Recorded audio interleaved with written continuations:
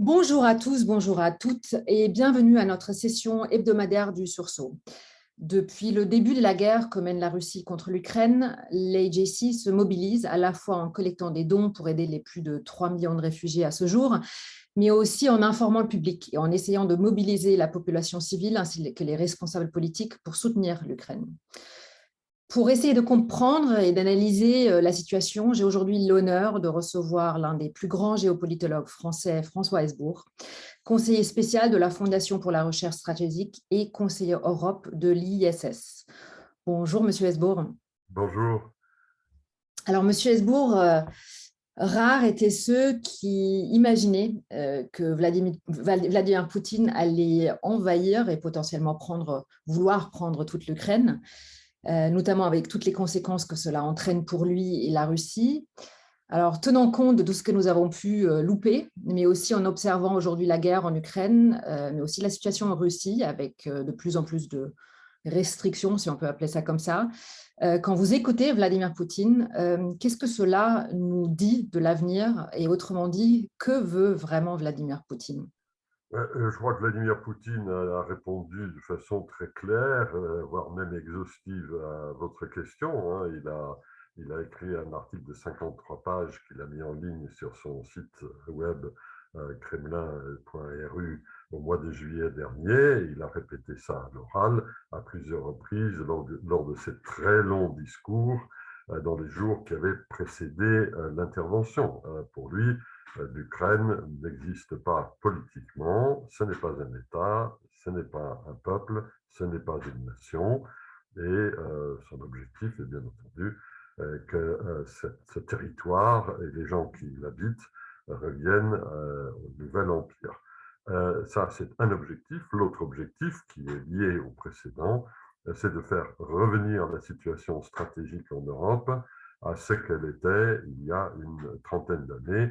Ça, il l'a exprimé de façon très très précise et plus brève en l'occurrence, dans les deux projets de traité qui ont été remis aux États-Unis au mois de décembre dernier, projets de traité qui ont été rejetés à l'unanimité par tous les États européens et les États de l'Union européenne et de l'OTAN. Donc Alors, voilà, ouais. il n'y a pas d'ambiguïté, ces objectifs n'ont pas changé, ces ambitions ont toujours existé à des niveaux d'expression moins spectaculaires au cours des décennies précédentes, mais nous savons quelle est l'étendue des ambitions de Vladimir Poutine. Là, il n'y a pas de mystère. Il y a des tas de choses qui sont mystérieuses, mais pas ça. Alors, peut-être il y a une partie qui est mystérieuse, en tout cas, que nous avons du mal à évaluer, c'est jusqu'où il est prêt à aller. Et est-ce que vous pouvez nous en dire un peu plus sur ça? S'il estime en avoir les moyens, il ira jusqu'au bout de ses ambitions. Sa façon d'être au monde, en responsabilité, au pouvoir, n'est pas d'ajuster ses ambitions à ses moyens, mais bien d'ajuster ses moyens à ses ambitions. C'est dans ce sens-là que ça se passe. Si on ne comprend pas ça, et si on ne prend pas au sérieux ce qu'il dit, on se trompe, comme l'ont fait la plupart des observateurs, il faut bien le dire, dans les mois précédents. Et si on intègre ces deux données, on a une chance de ne pas trop se tromper. Alors, jusqu'où ça peut aller? Bon, Vladimir Poutine n'est pas irrationnel dans la poursuite de ses propres objectifs. Ce sont ces objectifs qui peuvent être considérés comme irrationnels, et tel est mon cas, hein, je considère que ces objectifs sont fous, mais dans leur poursuite, il est rationnel. Donc, il est possible qu'il arrive à la conclusion dans les jours ou les semaines qui viennent qu'il ne va pas arriver à manger l'Ukraine en un seul morceau comme il avait prévu le 24 février. Nous savons aujourd'hui qu'il pensait que l'opération militaire ne prendrait pas plus de 3 jours. Donc, au moment où je vous parle, on est à la fin du 20e jour. Il est possible que négocie un cessez-le-feu, une trêve, un peu dans une logique comme celle de certains moments des conflits israélo-arabes, avec les différences entre les trêves, les hudna, les cessez-le-feu, les traités, que sais-je. Mais dans le cas de l'Ukraine, ce sera pour recommencer à la première occasion. On est dans une logique qui se rapproche de celle de la Russie des tsars vis-à-vis de la Pologne au XVIIIe siècle. Il leur avait fallu 3 partages de la Pologne en l'espace de 23 ans pour arriver à leur fin. Et ça a duré jusqu'en 1918.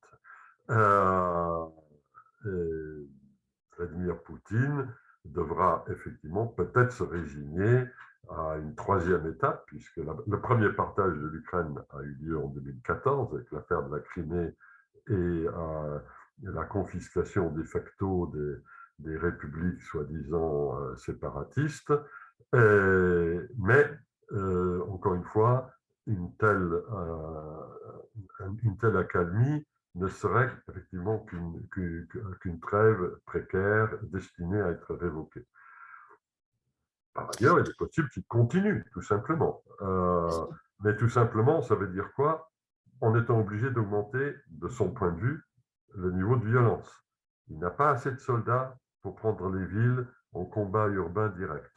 Il n'a pas assez de soldats pour encercler Kiev. 90 km, il y a un relief et une configuration qui ne se prête pas exactement à une prise facile. Il n'a pas assez de moyens aujourd'hui. Il lui faudra beaucoup de temps pour arriver à les constituer. Donc, eh bien, il monte en gamme au niveau de la violence, la destruction indiscriminée et systématique de Mariupol, pareil à Tchernihiv, la recherche de la destruction des civils et des infrastructures qui leur sont indispensables, comme les hôpitaux. Cela ne fait pas partie des dégâts collatéraux, cela fait partie des dégâts recherchés. Et se pose évidemment la question de ce dont Vladimir Poutine et les siens ont déjà beaucoup trop parlé pour que ce soit entièrement honnête, à savoir le biologique et le nucléaire. Bon, pour l'instant, je pense qu'il s'agit d'abord de faire peur, mais encore une fois, Vladimir Poutine a tendance à dire ce qu'il fait et à faire ce qu'il dit. Il n'a pas tendance à bluffer. Une menace, en général, lorsqu'elle sort de sa bouche, doit être prise au sérieux. Oui, je pense que c'est très important en effet. Alors, dans son discours devant le Congrès américain, le président Zelensky a de nouveau appelé les Américains et la communauté internationale à faire plus, notamment en fermant le ciel. Cela pose bien évidemment la question de la no-fly zone, on en a beaucoup parlé, ou de la livraison d'armes ou d'avions. Mais plus largement, selon vous, qu'est-ce qu'on peut faire de plus aujourd'hui? Est-ce que les demandes de Vladimir Zelensky peuvent être prises au sérieux et est-ce qu'on peut en répondre? Alors, il y a 2 choses. La première, c'est qu'on a fait du côté occidental une grave erreur de gestion de l'escalade.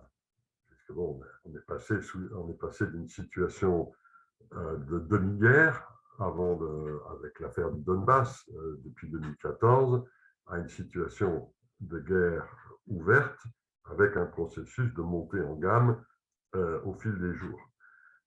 Dans ces cas-là, et c'est un processus qu'on connaît bien en Israël, il est impératif de maîtriser les règles du jeu de l'escalade. Qu'est-ce qui pose les termes de l'escalade? Et sur une affaire comme les livraisons d'armes, rien, ni dans le droit international, ni dans la pratique internationale, ne fait de livraison d'armes un casus belli. Et les Américains en créant l'espoir de la livraison des avions à l'Ukraine, et puis en soufflant le chaud et le froid pour finalement dire ben, nous on laisse tomber parce que, alors d'abord ils invoquaient des arguments juridiques et puis ensuite ils ont fini par lâcher le morceau en disant ah oui on ne veut pas contribuer à l'escalade. Ben, on a confié à Vladimir Poutine une règle du jeu, celle qu'il voulait lui imposer. Euh, et ce genre de comportement est très surprenant de la part de quelqu'un comme Biden, qui a quand même été socialisé pendant la guerre froide, où les responsables des grandes puissances, et notamment des puissances nucléaires, comprenaient bien l'importance de la maîtrise de l'escalade. Il est plus logique que Boris Johnson ou Emmanuel Macron n'aient pas cette approche. Ils n'ont tout simplement pas l'expérience de ce genre de situation.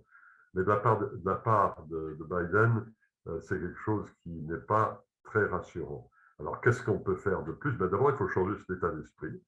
Deuxièmement, il faut bien entendu continuer les livraisons d'armes, qui pour l'instant se poursuivent bien, y compris les avions.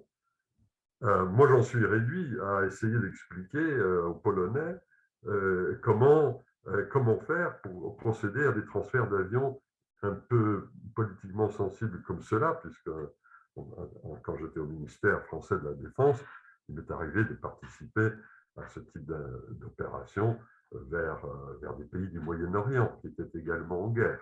Ce sont des choses qui arrivent. Il est important pour nous de reprendre l'initiative en ce qui concerne la fixation des règles du jeu. La no-fly zone, ça, c'est le genre de mot d'ordre qui donne l'impression de ne pas être délicate et dangereuse, alors qu'il y a évidemment le spectre de la confrontation militaire directe. Alors, on peut s'en affranchir, comme l'ont fait les Israéliens et les Égyptiens pendant la guerre d'usure, quand les pilotes soviétiques volaient au-dessus du canal de Suez. Les, les Israéliens et leurs alliés américains ne traitaient pas ça comme un casus belli. Ils étaient très mécontents, ils répondaient, bien entendu, les Israéliens ne se privaient pas de contre-attaquer. Mais ce n'était pas considéré comme le début d'une guerre entre l'URSS et Israël. Donc, on peut toujours se dire que peut-être qu'on aurait dû faire la no-fly zone au-dessus de l'Ukraine. Mais ça étant dit, je comprends qu'à 1000 km de Moscou, il aurait peut-être été un tout petit peu délicat de prendre ce niveau de risque-là.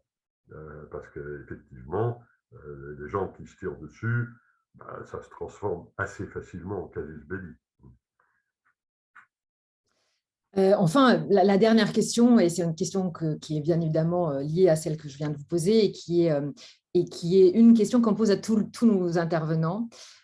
Si vous aviez 5 minutes avec justement tous les différents leaders européens, si vous avez été par exemple à Versailles la semaine dernière, qu'est-ce que vous leur auriez dit? Que faudrait-il faire en tant qu'Européens aujourd'hui, à la fois pour aider l'Ukraine, mais aussi pour empêcher que d'autres Ukraines, d'autres guerres se produisent? Il faut toujours écouter les dictateurs. C'est une règle, on a payé très cher. Dans d'autres temps, ne pas l'avoir suffisamment fait. Il faut les prendre au sérieux.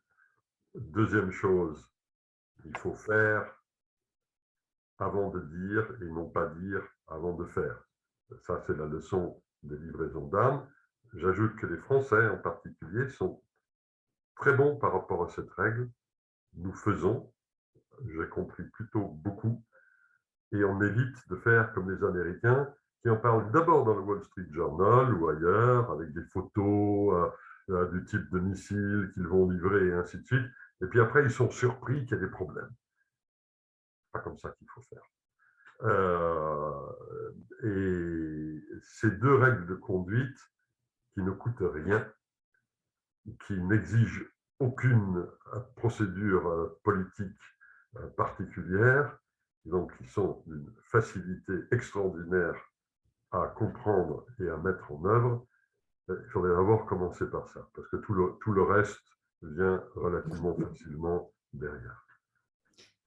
Merci beaucoup, François Hesbourg, d'avoir pris le Merci à temps. vous. Je sais à quel point vous êtes préoccupé et occupé en ce moment. Donc, je vous remercie grandement d'avoir pris le temps de nous répondre à nos questions.